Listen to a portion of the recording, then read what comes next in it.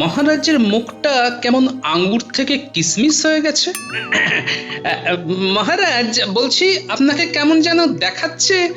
কিছু কি হয়েছে মহারাজ? কি আর বলি বলো তো গোপাল, নবাবের কাছে আমি প্রতি বছর একটা কর প্রদান করে থাকি। এবার কোনো কারণে আমার যদি অর্থের প্রয়োজন পড়ে, তবে আমি সেখান থেকে প্রয়োজন মতো অর্থ নিয়ে নিজের সমস্যাটা নির্মূল করতে পারি। হ্যাঁ, এই কথাটা তো আমি জানি। তাহলে সমস্যাটা কি হয়েছে? আর কি বলবো গোপাল, রাজকোষের অবস্থা খুব খারাপ। এইকে আমার আবার বেশ কিছু অর্থের প্রয়োজন। তাহলে নবাবের কাছে আপনার জমানো অর্থ থেকে কিছু অর্থ আপনি চেয়ে নিন। সেটাই তো সমস্যা গোপাল, নবাব আমাকে ওইভাবে অল্প কিছু অর্থ দেবেন না।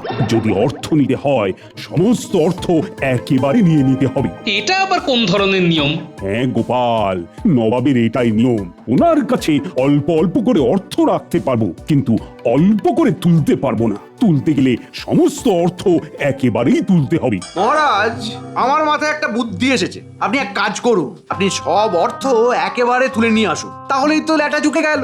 আরে মন্ত্রী, এই জন্য কি আর তোমাকে মাথা মোটা বলি? সব অর্থ তুলে নিলে ভবিষ্যতের জন্য সঞ্চয় হিসেবে কি থাকবে?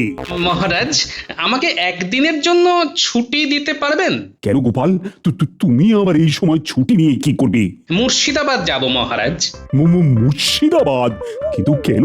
নবাবের থেকে আপনার প্রয়োজনীয় অর্থ নিতে। হ্যাঁ, তুমি পারবে গোপাল? দেখুন না, পারি কি পারি না। আপনি শুধু আমাকে একদিনের ছুটি দিন, আর নবাব বাহাদুরকে একটা পত্র লিখে দিন, ব্যাস। আপনাকে আর চিন্তা করতে হবে না। আপনি মনে করুন আপনার কাজ হয়ে গেছে। ঠিক আছে গোপাল, ঠিক আছে। দেখো, তুমি যদি পারো, তোমার উপর আমার ভরসা আছে। তুমি তাহলে কবে যাচ্ছ? শুভ কাজে দেরি করে লাভ নেই মহারাজ, কাল ভোর ভোরই বেরিয়ে পড়ব।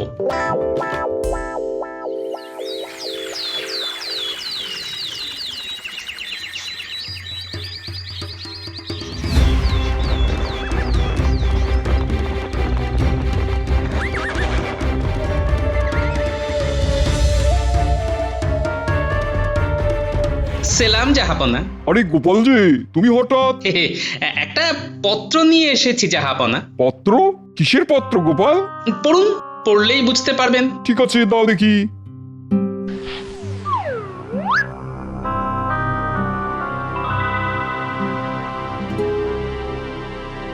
ও, তাহলে কৃষ্ণচন্দ্র তার জমানো সব অর্থ ফেরত চাইছে? আগে জাহাপনা, আপনি তো আর মহারাজকে অল্প কিছু অর্থ ফেরত দেবেন না, তাই বাধ্য হয়ে ওই পুরোটাই একেবারে তুলে নিতে হচ্ছে। বেশ, উজির, গোপালকে কৃষ্ণচন্দ্রের সমস্ত অর্থ বুঝিয়ে দাও। আজ্ঞে জাহাপানা। 10,001, 10,002, 10,000। ওরে বাবারে, ওরে বাবারে, এতগুলো মোহর গুনতে গিয়ে আমি যে পুরো হাঁপিয়ে গেলাম। গুনুন গুনুন গুনুন, এক মোহরও যেন এদিক ওদিক না হয় উজির মশাই। নিন জাহাপানা, গোপালকে সব বুঝিয়ে দিন। এই নাও 4টে থলেতে 5,000 করে করে ভাগ করে দিলাম। যাক বাবা, অবশেষে মোহর গোনা শেষ হলো। নাও নাও গোপাল, সব বুঝে নাও। হ্যাঁ জাহাপনা, ঠিক আছে। নিন জাহাপনা, এই 3 থলে মানে 15,000 মোহর আবার মহারাজের খাতায় জমা করে দিন। হ্যাঁ, তার মানে? আমার 5,000 মোহর দরকার ছিল, আমি নিয়ে নিয়েছি। বাকিটা আমি আবার জমা করে দিতে চাই। আর আপনার তো নিয়মেই আছে, অল্প মোহর তুলতে পারবো না, তবে অল্প মোহর জমা করতে পারবো। নিন, এই মোহরগুলো জমা করে নিন, আমাকে আবার কৃষ্ণনগর যেতে হবে। তুমি যখন 5,000 মোহরই নেবে, তাহলে এত কষ্ট করে আমাদের দিয়ে এত মোহর গোনালে কেন? গোপাল, তোমার কথা শুনে তো আমার হৃদয়টা একেবারে ধুকপুক করছে। উজির মশাই, এতে আমি কি করতে পারি বলুন? জাহাপনাই তো বললেন অল্প কিছু অর্থ দেবেন না, তাই আমাকে এই পথ অবলম্বন করতে হলো। বাবা, এ তো পুরো ভয়ঙ্কর ব্যাপার। না না না না, গোপালকে বেশি কিছু বলে লাভ নেই। দেখা গেল বুদ্ধি খাটিয়ে আবার কিছু একটা করে বসলো। আচ্ছা, ঠিক আছে গোপাল, তুমি কৃষ্ণনগরে ফিরে যাও। আমি কৃষ্ণচন্দ্রের নামে এই 15,000 মোহর জমা করে রাখবো, ঠিক আছে? কিন্তু জাহাপানা, আমি যে খাটনি করে এতগুলো মোহর গুনলাম, তার কি হবে? উজির মশাই, এতকাল তো কত অগন্তি মোহর নিজের ট্যাঁকে ভরেছেন, আজকে না হয় একটু গুনলেন এতে এমন কি হলো? না না না, গোপালকে বেশি কিছু বলা যাবে না। বলা তো যায় না, দেখা গেল নবাব বাহাদুরের সামনে আমার একেবারে হাটে হাঁড়ি ভেঙে দিল। ঠিক আছে জাহাপনা, আমি তবে আসি। হ্যাঁ গোপাল, এসো এসো এসো।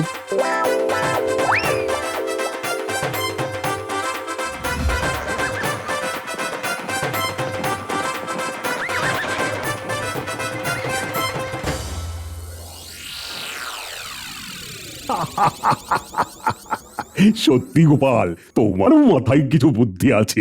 নবাবকে একেবারে নাকানি চুয়ানি খাইয়ে দিয়েছো। মহারাজ, তাহলে দেখলেন তো এই গোপাল চাইলে সবকিছু হতে পারে। হ্যাঁ গোপাল, সে কথা আমার অজানা নয়। আর তাই তোমাকে আমি একটা উপহার দিতে চাই। সীমানার পূর্ব দিকে আমার যে 5 বিঘা জমি আছে, আজ থেকে সেই জমি তোমার। ধন্যবাদ মহারাজ। হ্যাঁ, এটা কি হলো? মহারাজ 5 বিঘা জমি গোপালকে দিয়ে দিল। ওই জমিটার উপর আমার কতদিনের লোভ ছিল, সব শেষ হয়ে গেল, সব দূর। না না না না না না, ওই 5 বিঘা জমি কিছুতেই গোপালের হতে পারে না। না না না না না, আমাকে কিছু একটা করতেই হবে, কিছু একটা করতেই হবে যাতে ওই জমি গোপালের হাত থেকে আমার হাতে চলে আসে। কিন্তু কি করি কি করি কি করি কি করি, কিছুই তো বুঝতে পারছি না। একটা উপায় এসেছে, একটা উপায় এসেছে। আমি বরং খাম্বাজ রাজ্যে যাই। খাম্বাজ রাজার সাথে বসে একটা আলোচনা করা যাবে। খাম্বাজ রাজের সাথে তো গোপালের একেবারে আদায় কাঁচকলায় সম্পর্ক। উনি নিশ্চয়ই কোনো না কোনো উপায় আমাকে বের করে দেবে।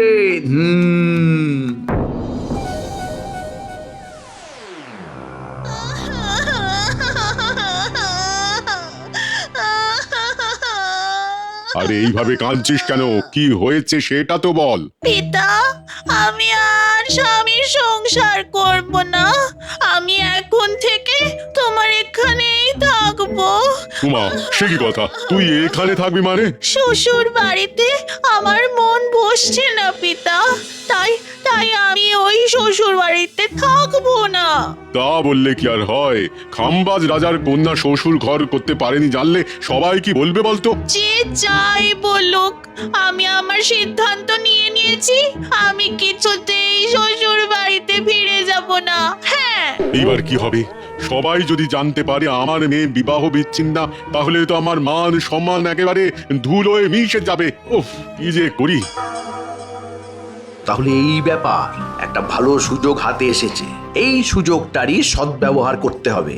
আর এই সুযোগেই ওই বেটা গোপালেরও একটা ব্যবস্থা করতে হবে। মহারাজ, আমার প্রণাম নেবে। আরে কৃষ্ণনগরের মন্ত্রী যে, তো তুমি হঠাৎ? মহারাজ, একটা আর্জি নিয়ে এসেছিলাম। আরজি? কিসের আরজি? খবর পেলাম আপনার মেয়ে বিবাহ বিচ্ছিন্ন হয়েছে। এর মধ্যে কৃষ্ণনগরের মন্ত্রীর কানে খবরটাও চলে গেছে। হ্যাঁ, হায় হায় হায়, এইবার কি করব? হ্যাঁ, এইবার কি করব আমি? মানে তুমি কি করে জানলে? খবর কি আর চাপা থাকে খাম্বাজ রাজ? আমার কানে সব খবরই এসে পৌঁছায়। চন্দ্র সূর্যেও যদি কিছু হয় তবেও সেটা আমার কানে এসে পৌঁছাবে।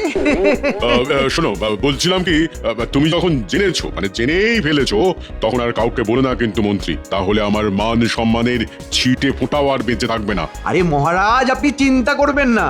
আপনার মান সম্মানের ছিটে ফোঁটাও নষ্ট হতে আমি দেব না। আরে সেই জন্যই তো আমার আপনার কাছে আসা। আরে তুমি কি বলতে চাইছো একটু খোলসা করে বলো তো মন্ত্রী। আমি তো তোমার কোনো কথাই বুঝতে পারছি না। মহারাজ, আপনি গোপালের সাথে আপনার মেয়ের বিবাহ দিয়ে দিন, দেখবেন সব দিক থেকে ভালো হবে। হ্যাঁ, কি বলছো তুমি মন্ত্রী? গোপালের সাথে আমি আমার মেয়ের বিয়ে দেবো? এত বয়স্ক একটা লোকের সাথে আমি কেন আমার মেয়ের বিয়ে দেবো? হ্যাঁ, তাছাড়া গোপাল তো বিবাহিত। মহারাজ, আরে গোপাল বিবাহিত তো কি হয়েছে? বিবাহ বিচ্ছেদ করতে আর কত সময় লাগবে? আর একটা কথা বলছি, কিছু মনে করবেন না। আপনার মেয়ের একবার বিবাহ বিচ্ছেদ হয়েছে, এরপরে তো কোনো রাজপুত্র আর বিবাহ করতে আসবেও না। এই কথাটাও তুমি ঠিকই বলেছো মন্ত্রী। আর গোপালের কাছে এখন অনেক সম্পত্তিও আছে। এই কিছুদিন আগেই আমাদের মহারাজ গোপালকে তার 5 বিঘা জমি উপহার হিসেবে দিয়েছে। আর গোপালের মতো বুদ্ধিমান জামাই যদি আপনার ঘরে থাকে, তাহলে তো আপনার আর কোনো চিন্তাই থাকবে না। কিন্তু গোপাল কি রাজি হবে আমার মেয়েকে বিয়ে করতে? গোপালকে রাজি করানোর দায়িত্ব আমার। আপনি শুধু আমাকে কথা দিন যে বিয়ের পর গোপালের ওই 5 বিঘা জমি যেন গোপাল আমার নামে করে দেয়। আচ্ছা, সে না হয় হবে। তুমি গোপালকে তো আগে রাজি করাও। গোপালকে এমন ফাঁদে ফেলবো যে গোপাল রাজি না হয়ে যাবে কোথায়।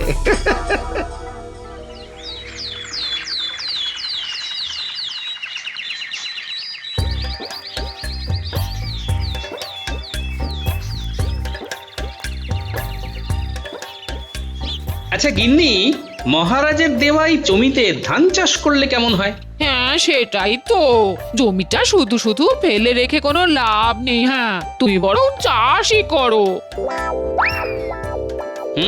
সেটাই ভাবছি বুঝলে। গোপাল, গোপাল, বাড়িতে আছো নাকি? আরে মন্ত্রী মশাই যে, আসুন আসুন আসুন, হঠাৎ কি মনে করে? এমনি এদিক দিয়ে যাচ্ছিলাম, তাই ভাবলাম একটু তোমার বাড়ি ঘুরে যাই, ঘোরাও হবে আর একটু জল বাতাসাও খাওয়া হবে। ও আচ্ছা ঠিক আছে, আপনি বসুন, আমি বরং একটু পুকুর থেকে ডুব দিয়ে আসি। আচ্ছা ঠিক আছে, ঠিক আছে, ঠিক আছে। গিন্নি, তুমি মন্ত্রী মশাইকে একটু জল বাতাসা দাও, আমি পুকুরের জলে ডুব মেরেই আসছি। আচ্ছা।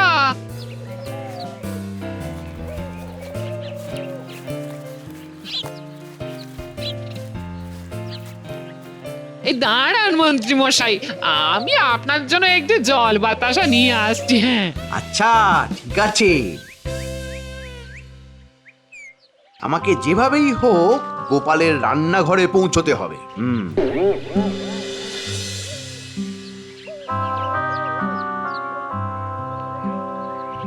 আরে মন্ত্রী মশাই, আপনি রান্নাঘরে চলে এলেন? না মানে আসলে বাইরে খুব রোদ, দাঁড়িয়ে থাকা যাচ্ছে না। ও আচ্ছা নিন, এই আপনার জল। হ্যাঁ ও হ্যাঁ হ্যাঁ হ্যাঁ,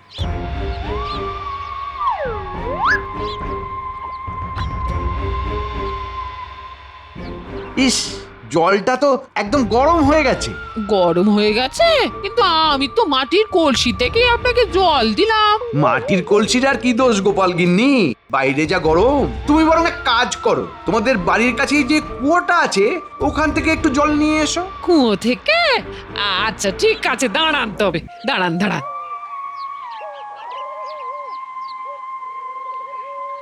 এই সুযোগ, সব খাবারে নুন আর লঙ্কার গুঁড়ো ছড়িয়ে দিতে হবে।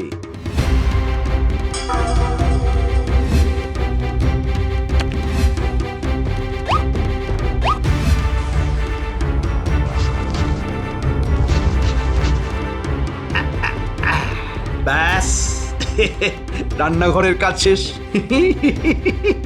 গোপাল আর গোপাল বউয়ের মধ্যে ঝগড়া লাগানোর বীজ পুঁতে দিয়ে গেলাম। এইবার শুধু বীজ থেকে চারা গাছ হওয়ার অপেক্ষা। না যাই, এইবার এই ঘর থেকে বেরিয়ে পড়ি।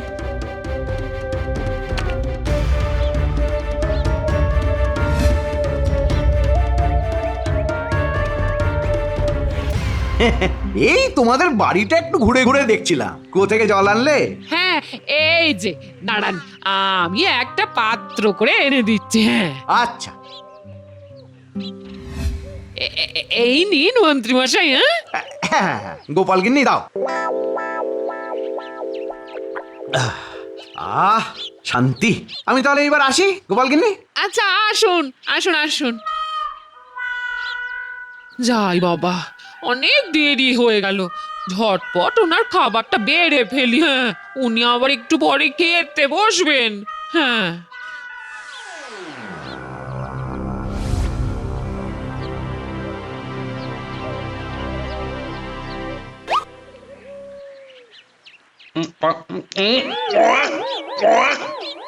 ও এটা কি রান্না করেছো? উফ বাবা, কি ঝাল! উফ, ঝাল? এই কিন্তু আমি তো এত ঝাল দিইনি। শুধু ঝাল, তারপর পুরো নুনে পোড়া। নুনে পোড়া? কি যে বলছো তুমি? আমি কি বলছি? আমি কি বলছি একবার খেয়ে দেখো না, খেয়ে দেখো, তাহলেই বুঝতে পারবে। ধুর, পুরো খাওয়াটাই একেবারে মাটি করে দিল। গিন্নি, ভালো মতো বলে দিচ্ছি, মন দিয়ে সংসার করতে হয় করো, না হলে বাবার বাড়ি চলে যাও, বুঝলে? ঠিক আছে, আমি আজই বাপের বাড়ি চলে যাবো। হ্যাঁ হ্যাঁ তাই যাও, আমিও বাঁচবো। হ্যাঁ তুমি তো বাঁচবেই, আমি গেলে তুমি আবার একটা বিয়ে করতে পারবে। হ্যাঁ হ্যাঁ, দরকার পড়লে তাই করব। আগুন লেগেছে, আগুন আগুন। যাই, এই সুযোগে গোপালের কাছে কথাটা পারি।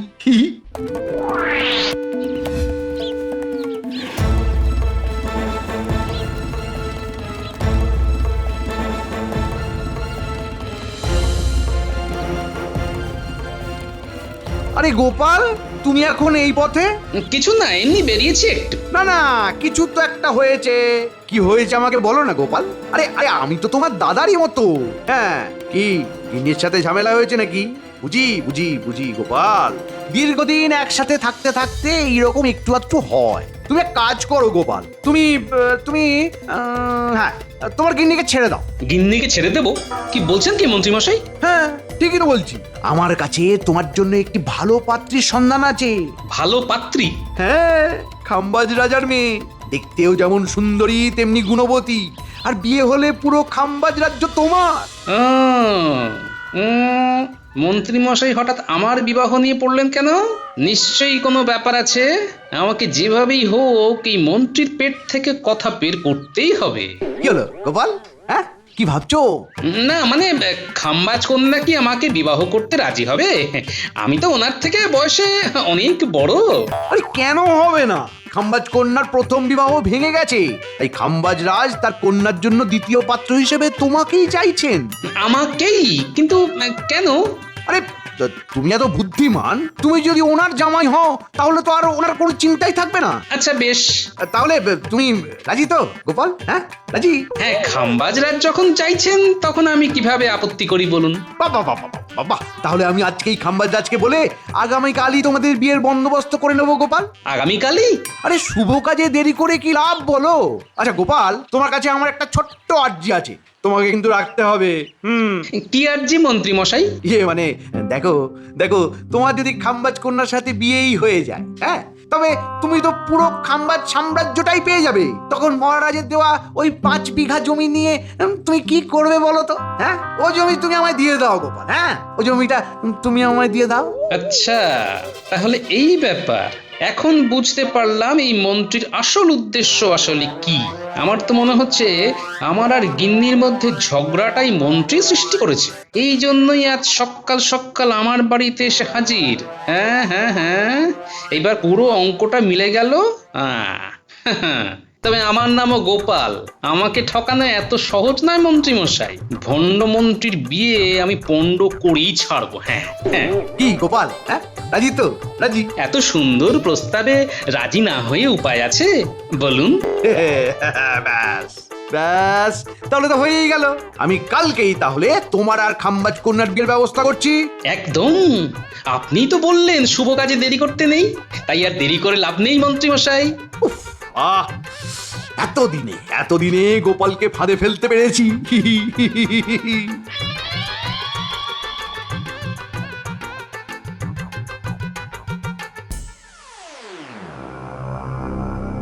কি হলো কি মন্ত্রী, কোথায় তোমার গোপাল? এখনো আসছে না কেন? মানে বুঝতে পারছি না মহারাজ, এখনো কেন গোপাল আসছে না বুঝতে পারছি না। তবে তবে আমি বটা ঘটাকে দিয়ে খবর নিতে পাঠিয়েছি, এক্ষুনি হয়তো ওরা খবর নিয়ে চলে আসবে। আরে ওই তো বটা ঘটা চলে এসেছে। কিরে গোপাল কোথায়? গোপালটা তো বিয়ে করতে আসবেন না মন্ত্রী মশাই। এই রে মাটি করেছে। কে মানে আসবে না মানে? হ্যাঁ, গোপাল দাদা বললো সে বিয়ে করতে আসবে না। পিতা, তাহলে আমার বিয়ে হবে না। আরে মা, দাঁড়া দাঁড়া দাঁড়া, তুই কাঁদিস না। এই কি হলো কি মন্ত্রী, তুমি যে বললে গোপাল বিয়ে করতে রাজি হয়ে গেছে, আমি তো তোমার কথা শুনে বিয়ের সমস্ত আয়োজন করলাম। এখন বিয়ে করতে আসবে না, এর মানেটা কি? আমি তো কিছুই বুঝতে পারছি না মহারাজ। গোপাল নিজে আমাকে কথা দিল যে সে আপনার কন্যাকে বিয়ে করতে রাজি, আর আমাকে 5 বিঘা জমি দিতেও রাজি। গোপাল দাদা বললো সে বিয়েও করবে না আর জমিও দেবে না, কারণ ওই জমি নাকি গোপাল দাদা তার গিন্নির নামে করে নিয়েছে। জমিটা ওর গিন্নির নামে দিয়ে দিল? তাহলে এই বিয়ে হোক কিংবা না হোক তাতে আমার তো আর কোনো লাভই থাকলো না। যাই মানে কেটে পড়ি। মহারাজ, গোপাল যখন রাজি নয় তখন তো কিছু করার নেই। আমি তবে আসি, কেমন? পিতা, তাহলে আমার বিয়ে হবে না। দাঁড়াও মন্ত্রী। এই রে, আমাকে আবার কেন ডাকে? হ্যাঁ বলুন। গোপাল আসেনি তো কি হয়েছে, তুমি তো আছো, তোমার সাথেই আমি আমার মেয়ের বিয়ে দেব। না না না না না, এটা হতে পারে না। এটা হতে পারে না। আমার বাড়িতে গিন্নি আছে, এটা কিভাবে হবে? বিবাহ বিচ্ছেদ করে নেবে, তুমি তো বলেছিলে বিবাহ বিচ্ছেদ করা কোনো ব্যাপারই নয়। হ্যাঁ মানে বলেছিলাম, কিন্তু সেটা আমার ক্ষেত্রে প্রযোজ্য নয়। আপনি একটু বোঝার চেষ্টা করুন রাজামশাই। কেন, তুমি কোন মাতব্বর শুনি? হ্যাঁ, তোমাকেই আমার মেয়েকে বিয়ে করতে হবে, নইলে আমি তোমাকে বন্দি করব। হ্যাঁ,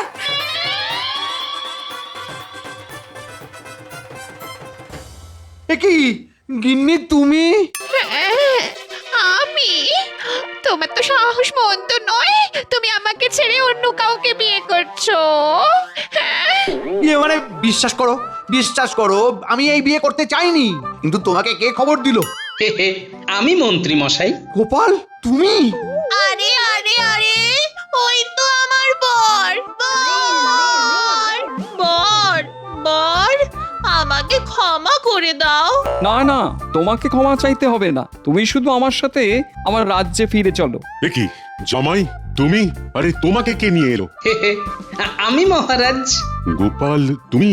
হ্যাঁ মহারাজ, চোখের সামনে এত বড় সর্বনাশ তো আর হতে দিতে পারি না, তাই সবাইকে নিয়েই চলে এলাম। পিতা, আমি আমার বরকে পেয়ে গেছি, আমি ওকেই এবার বিয়ে করব আর আর ওর সাথেই থাকবো। হ্যাঁ। গোপাল তুমি আজ আমায় জোর বাঁচালে গো, না হলে যে আমার কি হতো। এইরকম ভুল দ্বিতীয়বার করবেন না মন্ত্রী মশাই, তখন কিন্তু এই গোপাল আর আপনাকে বাঁচাবে না। আমি কথা দিচ্ছি এই ভুল আমি আর কখনো করবো না, কখনো না। তাহলে তো সমস্যা মিটেই গেল, কারুরই আর বিবাহ বিচ্ছেদ করতে হলো না। ধন্যবাদ গোপাল, অনেক ধন্যবাদ। আমার মেয়ের জীবনটা এইভাবে গুছিয়ে দেবার জন্য অনেক ধন্যবাদ গোপাল, অনেক ধন্যবাদ। ঠিক আছে ঠিক আছে।